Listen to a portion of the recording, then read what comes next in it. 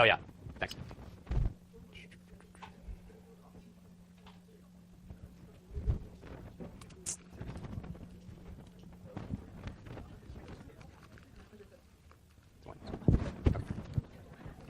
you guys know? What do you want? Okay. What do you guys want? Okay. Okay, so the price this round is 130. The companies seem surprisingly risk averse. So the bids were 300, 200, 149, I think, and then 130. So it's going to be company 4 that is providing insurance, and it's about 7 times 130. Oh, okay, so once again, the companies did very well. Okay, so then there's 2 rounds left. So revise your prices. So consumers, you actually lost $5 that round just because the companies are pricing it so high.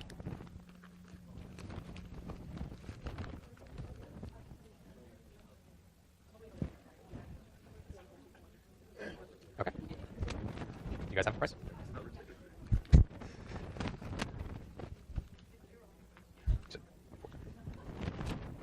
Okay. Okay, so the price this round is going to be 140. So consumers will be losing $15. The bids were 300, 140, 160, and 150. So it's going to be company 2. And shocks are still non-existent, which makes me wonder about the spreadsheets. Okay, well, last round.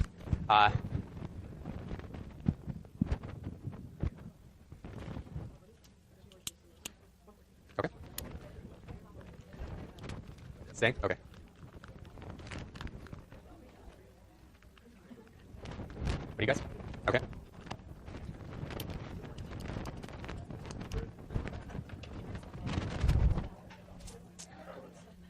Okay, so we have a, let's see. So we have a tie here. So definitely not these guys. And then let's see what I want to do here.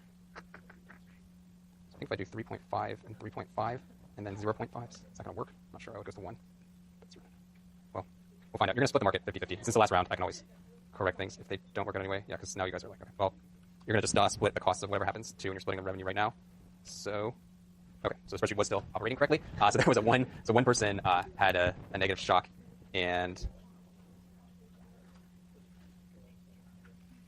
so the company still made money, although not as much as the previous rounds.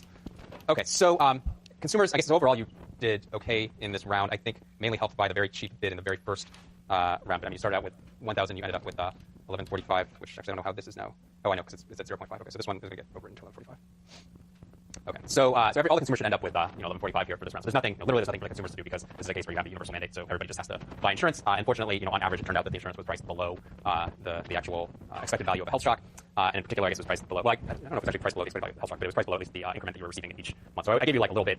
If they've always priced at the actuarially fair value, we priced at 100 in this case because the median or the average consumer really has a 20% risk of the $500 shock. So that would be an expectation of $100 shock. And so I incremented your wealth by like 125 each round just to reflect the fact that it seemed unlikely that the bids would come in below cost or at cost for the insurance companies, which certainly was the case after the first round.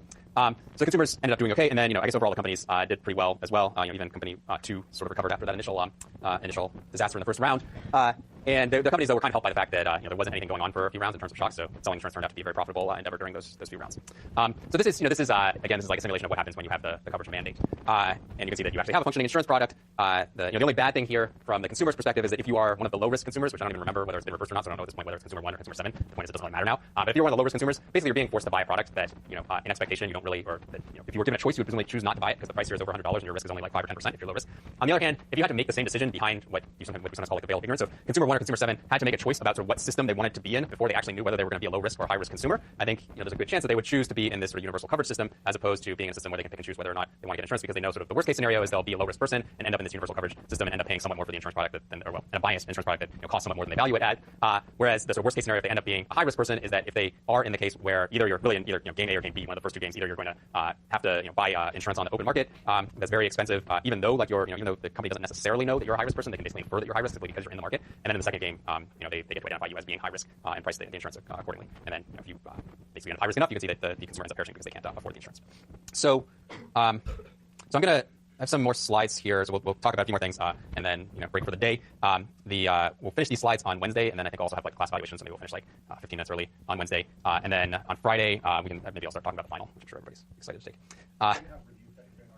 During the RRR week, yeah, I'll do one review session. Maybe do it like Wednesday or something, because I'll post some practice finals and then give you guys like some time to look at them. And so I'll do like Wednesday or Friday, definitely not the Monday. So I'm 1440 by something. I don't know what this is.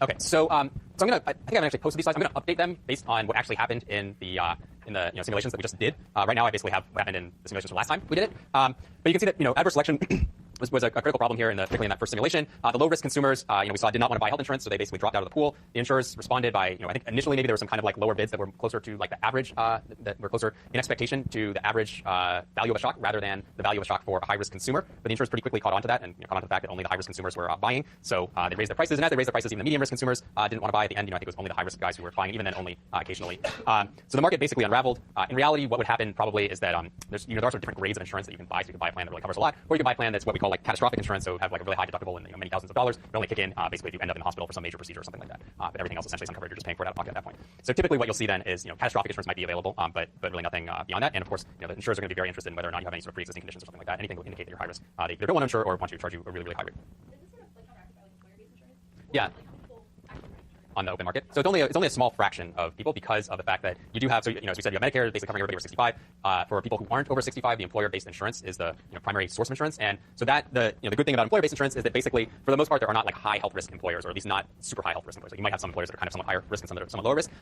But people aren't sort of making their employment decisions whether or not to be employed and therefore whether or not to be insured based on their health insurance status. And even to some degree, like the fact that you are employed probably indicates that you're in some reasonably good health, because if you're really sick, you wouldn't be able to work, right? So the sort of the group aspect of employer-based health insurance does get around the adverse selection problem. It's also kind of though the reason why when you get into like very small businesses, they do have, or at least historically, they've had problems buying insurance, just because if there's only like 10 people in the company or less than that, then adverse selection can start to become an issue again. And that's sort of like, it's small enough that even if you just knew you had one or two like high risk people, that might sway the company to really try to get coverage versus not get coverage, and then they're going to have they're going to face prices that reflect the adverse selection problem. So in the last time we played the game, in every single round, basically all the purchasers were medium risk. I believe that happened this time as well in that first game. So in the 2012 version, basically, what happened was that all the sales were at or above the median risk level. So these people, I think, ended up buying more insurance than you guys did. In their case, the prices rose from $80 in round one to $175 in the last 5 rounds. They were basically offering insurance that was priced at the risk level, or the expected shock for the most risky individual. In their case, one of the high risk consumers almost got wiped out in that first round. I don't think that, or in the first game, I don't think that happened for you guys. In the second game, then the asymmetric information problem was solved, but now you had sort of this opposite problem. If you're one of these high risk people, you were offered an insurance product that reflected your risk, so in their case, consumers 1 and 2, the two highest risks, were nearly wiped out. Consumer 2 ended up right at the margin there, with only $75 at the very end. In our case, consumer 1 did in fact get wiped out, and consumer 2 ended up doing pretty well, just because I think there was some luck involved in terms of when they chose to buy insurance and when they didn't. But I think they managed to insure most of their shocks. So in this case, you've solved the asymmetric information problem, but insurance, like as a product, or the actual nature of the product is not really. So I mean, it is still technically insurance. You are insuring yourself against a shock that isn't certain to happen. But if you kind of like sort of look at it from a broader level, it's not really. So that when we talk about health insurance, it's sort of like other types of insurance, like car insurance or homeowner insurance, in the sense that you are trying to insure yourself against some future shock that might or might not occur. But there's also much more sort of what we call like a social insurance aspect, in the sense that I think that people tend to view it not just as like insuring yourself against future shocks, but also potentially insuring yourself against like a bad draw from like the gene pool or something. Like basically some people might end up getting an expensive disease that's a disease that's expensive to treat. And in some cases that might be through their own fault. They might be like a smoker, or they might have terrible health habits and never exercise and eat terribly or something like that. But in a lot of cases, it's just basically random. They just got sort of a bad genetic draw. And you could, so I think it's probably the case that most people would prefer to be in a system in which if you end up getting a bad genetic draw, then you're insured against that, in the sense that we're not going to require you to pay like $1 million of costs or whatever to treat your illness. Whereas if you get a good genetic draw or something, then that's great for you, but you're still going to have to participate in the system by paying into it with premiums or taxes or whatever, and then essentially subsidizing the people who got a bad genetic draw. So in that sense, there's more sort of what we call a social insurance aspect, that you're kind of trying to insure lifetime risk, not just insure something that might or might not happen in the future. And so the social insurance aspect of the health insurance got completely eliminated in the second game, because now it's basically like, well, if you're a high risk consumer, then we expect you to pay the expected like cost of being high risk. And if you're a low risk consumer, then you do great, and you don't have to pay much in expectation. So the way that operated in our game is that consumer 1 in particular, they, whether or not they bought insurance towards the end, just became irrelevant, because it was priced high enough that they were going to get wiped out one way or the other. I don't know. So in the last time we played it, there was adverse selection that occurred even within these small bins, right? Because now there's like, so consumer 1 was in a bin by themselves, I think, right? Because you guys just had, you offered your own product, but then like 2 and 3 were grouped together, and then 4 and 5 were grouped together, and 6 and 7 were grouped together. So the last time that we played it, even within the bins, you saw the adverse selection, in the sense that the higher risk person in that bin would buy it, and the lower risk person would not buy it, even though there was like not that big a difference in risk. I think that happened this time too, at least in some of the rounds. Like I remember like consumer 6 would tend to buy, and then consumer 7 wouldn't tend to buy. And I think maybe 4 and 5 also exhibited that pattern to some degree. So even in this case where we were trying to eliminate the asymmetric information, there was still a little bit of adverse selection going on. And then in the third game, we had this government mandate that ensured that everybody was going to have to buy insurance. The consumers here, I guess, ended up like in our simulation ended up doing better than the consumers in the previous year's simulation. So the prices were lower. You can see these people ended up with like less than $1,000 of wealth at the end, so they were paying relatively high prices. But nobody had died. They would have all made it through 10 rounds. In this case, like the consumers definitely would have made it all through 10 rounds because they were actually profitable through the first 5 rounds.